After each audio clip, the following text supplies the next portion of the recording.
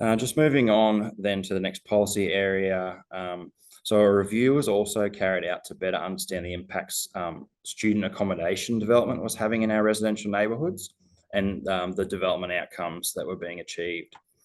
In response to the review, the Better Housing Amendment also includes a number of proposed changes relating to student accommodation.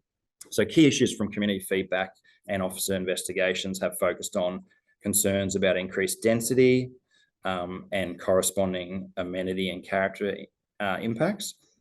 Our review has identified issues with the density or development intensity of student accommodation development, which is affected by the number of on-site students. It puts pressure on site cover and setbacks, and is causing those neighbourhood character and amenity impacts.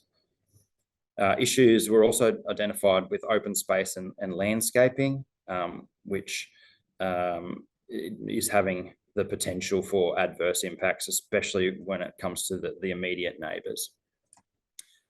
Design and appearance issues were also identified, noting that for student accommodation development, this can impact the integration of this type of development, especially if the buildings are bulky or box-like, and certainly can be at a scale with adjoining residential buildings.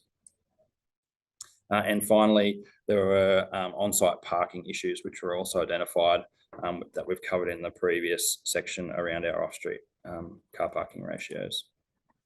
So in response to these key issues and impacts, specific policy directions have been developed. They form the basis for the detailed proposed changes in relation to student accommodation development. The proposed changes support improved outcomes in relation to the building design elements, form and functionality of open space areas, amenity, especially for those neighbours, and on-site car parking.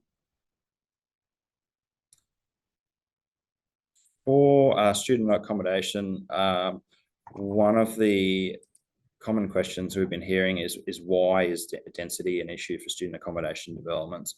As I said earlier, the surrounding areas to these developments are affected by the number of people, so students or visitors accessing and using the sites, and the undesirable outcomes in relation to density do contribute to that perception of overdevelopment. So it also increases the potential for noise and adverse amenity impacts, especially for those neighbours. So in response, the Better Housing Amendment is proposing to sort of recalibrate the density requirements for student accommodation with a new measure that's actually based on student beds per hectare.